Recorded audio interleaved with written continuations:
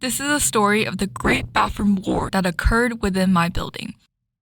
Hey guys, my name is Holly, and I am currently recording this story under my covers, but not actually within my covers because I can't bring my microphone into my bed. So I'm literally lying belly flat in the carpet, and I just have my covers over me, even though it's super hot outside. I'm doing this, one, for the microphone quality, and two, because I am currently in my dorm room, and it would be awkward if other people in my dorm room hears, because this is about my dorm room. So without further yapping, let's begin. So currently I'm a third-year student, and in college, I have many part-time jobs, and one of my part-time jobs is working as a resident advisor in my dorm building. And what does that mean? A resident advisor is essentially a student who's employed by the university to help manage the building. They plan events, make sure any facilities issues, when the toilet is broken, when the trash is not being picked up, when the laundry machine needs being fixed and the dryer is out of order. These are all the things that the resident advisor has to deal with. This also includes things like noise complaints, people drinking alcohol in the dorms, people smoking substances when they should not be. And this year, I'm the resident advisor of a building that is one of the oldest on our campus. When I first entered the building this semester, there were 3 cockroaches lying flat, at least they were dead, on the basement floor. There was 1 cockroach that was alive, crawling on the 3rd floor staircase. When I went to the restroom, there was a super large spider just staring at me in the bathroom stall. Needless to say, the conditions were not great. So for now, let's name the dorm building the Jungle, because let's call it the Jungle. So what does the Jungle look like? The Jungle is made up of 3 towers. There's a North Tower, there's a Middle Tower, and there's a South Tower. And then underneath the Jungle, there is a basement that connects all 3 towers. So basically, if you're living in, let's say, the North Tower 2nd floor, you are unable to walk to the Middle Tower 2nd floor because there's a wall that blocks you. And the only way you can travel from a tower to the next is either by exiting the building and re-entering through a different tower, or by traversing down the basement and going all the way down to the basement and then climbing up to one of the other towers. So the Jungle was very segregated in that way. On every floor of each tower, there are 4 rooms, and they are double-sized rooms. The floors are mixed genders, which means that people who identify as girls, people who identify as guys, could all live in the same dorm building. And disclaimer, for the purposes of this video, I will be referring to some of my residents with gendered words like guys for male-identifying student, and girls for women-identifying students. This is not to exclude any other gender, but these 2 groups are where the tensions are happening. So girls and guys could all live on the same floor.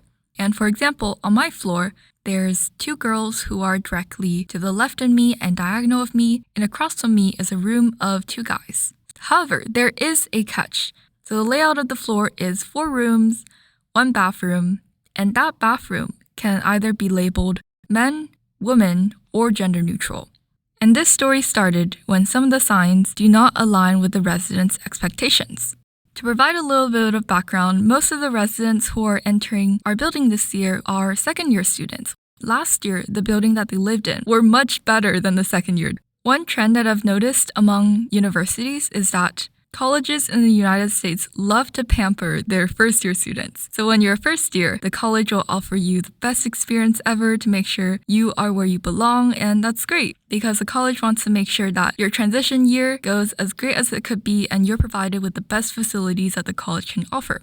However, when you enter your second year, this is when things go a little downhill because as a second-year student, you don't have the privilege of being a first year. And then when you're compared to the other upperclassmen kids, you have the least privilege because seniors should always get the first choice, and then juniors, and then lastly, it goes to sophomores.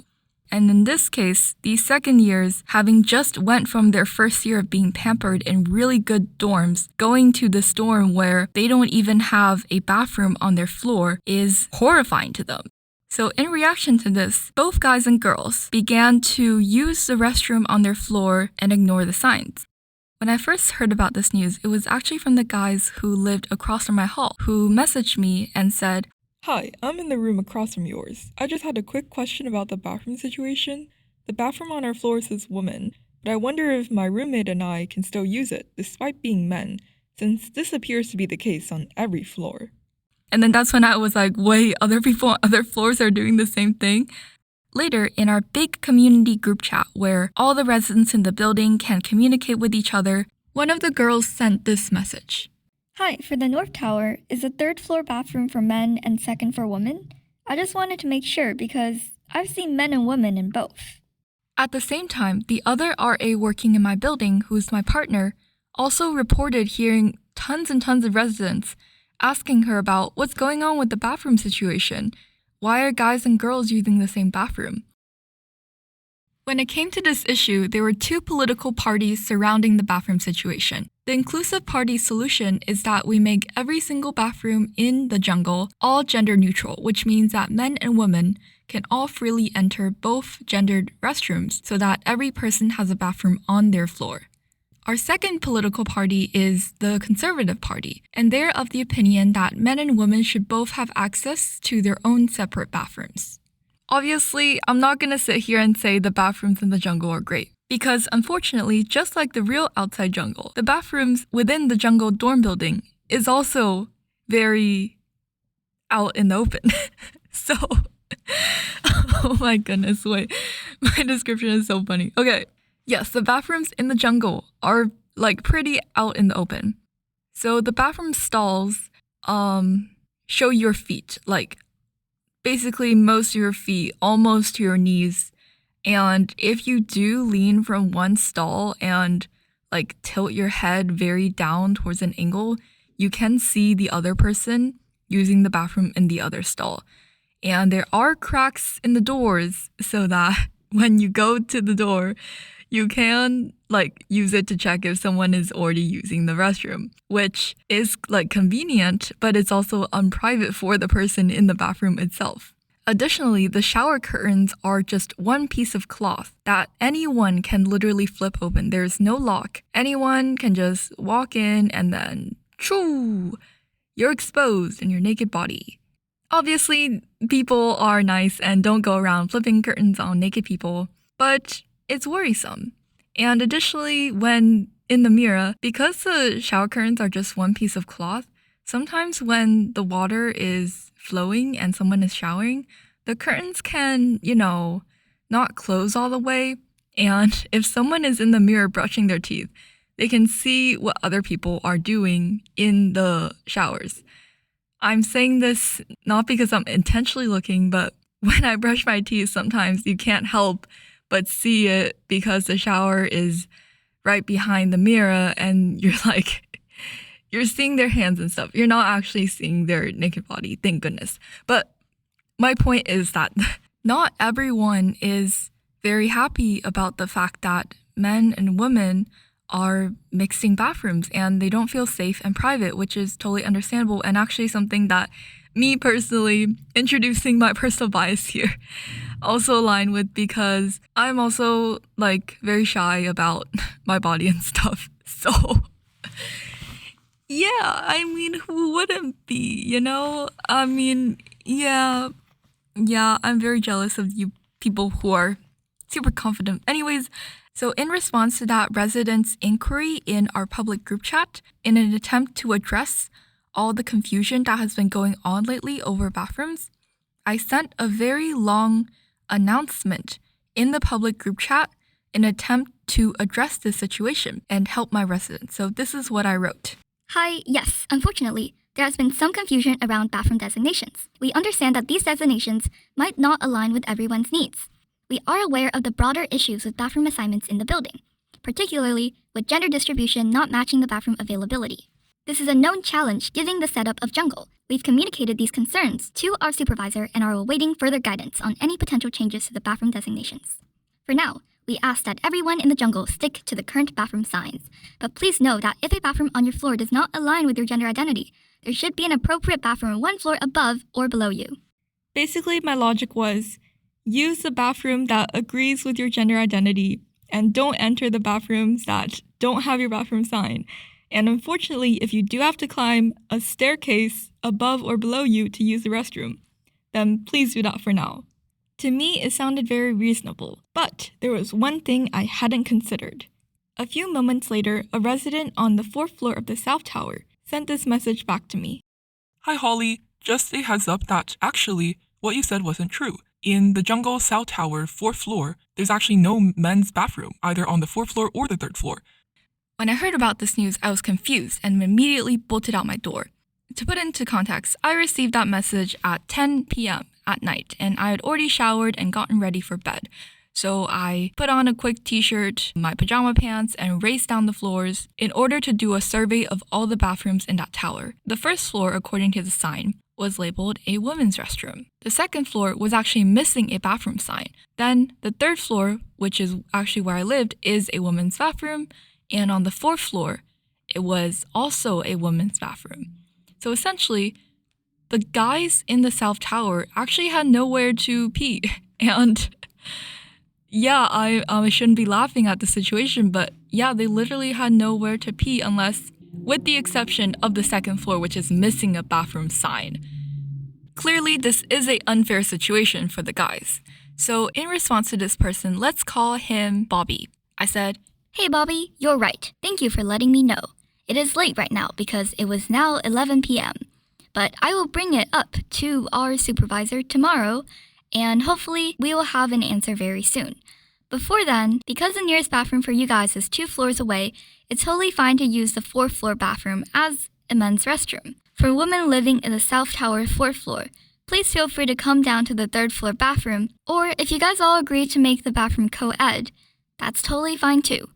I can only speak from my perspective right now because I am me and myself, and I could be biased, is that I figured it was a fair solution because there's literally no designated guy's bathroom except for that one bathroom without a bathroom sign, which can technically still be used by women. So I figured it was fair for the guys in the 4th floor to have a restroom.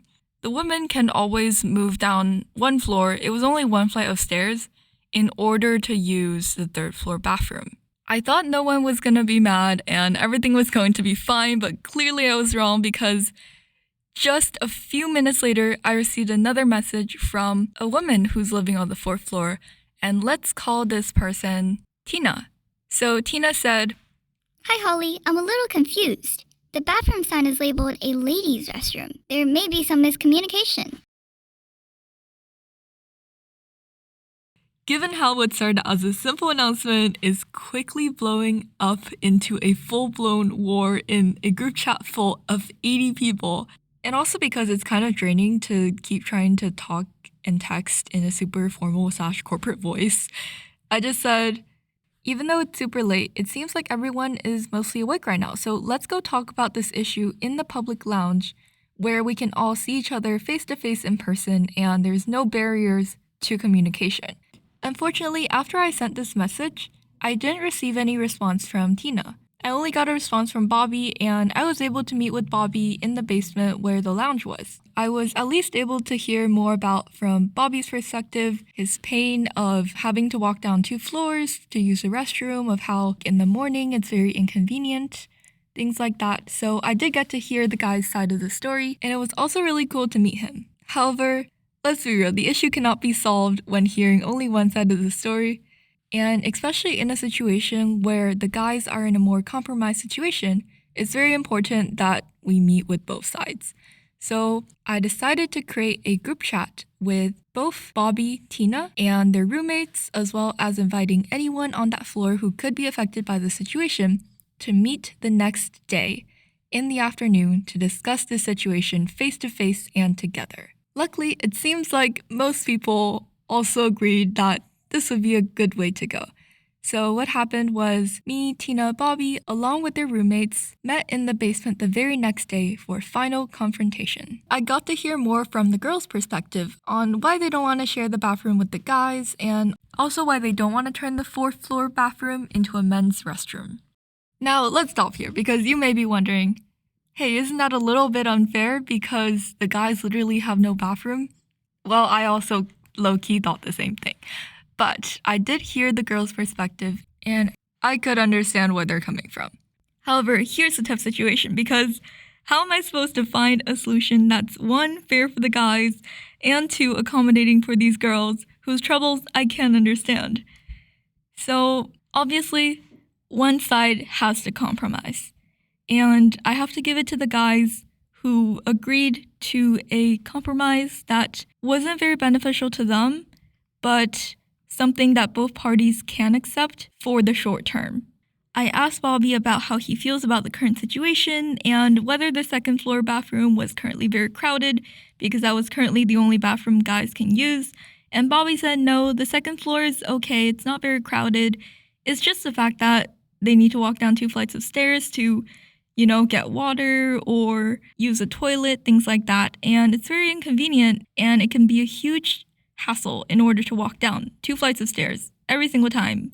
After the girls heard the struggles of the guys, they expressed that while they are uncomfortable having guys be in the bathroom while they're in the bathroom, they are okay with guys using the bathroom in general on the 4th floor. And then that is where I came in with the solution I proposed. So first of all, you guys have to promise not to laugh at me. But my suggestion was that I can create a DIY contraption that's a flip card. Whenever someone enters the bathroom, they'll flip the card to indicate that the bathroom is in use. And when the bathroom is in use, the guys should not enter the bathroom because it may cause unnecessary awkwardness when they run into a girl. However, when the bathroom is vacant, then guys can freely use the restroom to wash their hands, use the toilet, etc. The only other exception is that guys are also not allowed to use the shower on the 4th floor because the girls are uncomfortable with that. This is not the ideal situation, but at least this means that guys would only have to walk down to the 2nd floor if they need to shower, which they really only shower once a day. And while we signed off recognizing that it was unfair, it was a solution that people on the floor agreed with and we implemented. In order to make that work, I sacrificed one of my lanyards, took off my name tag, and then used tape to create an in-use sign so that they can use to flip their vacant in-use thing. And it seems like everyone was happy.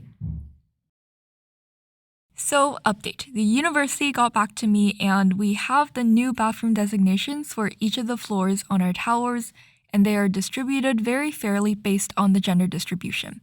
The guys on the 4th floor actually did get their very own bathroom because the 4th floor bathroom was now turned into a men's bathroom. And I want to end the video by applauding both the guys and the girls for eventually coming to a compromise and a situation that worked for everyone. Unfortunately, in the process and amongst the confusion, I did unfortunately have to see a couple of guys not fully dressed in the restroom, but it's okay. It is a small price to pay for our current peace and prosperity, and hopefully the building is not in shambles because I just heard from outside my door while I was recording that people smelled weed even though our dorm building is not supposed to have weed. And yeah, I don't really want to deal with that, but I might need to go check it out, so I gotta go. See you next time.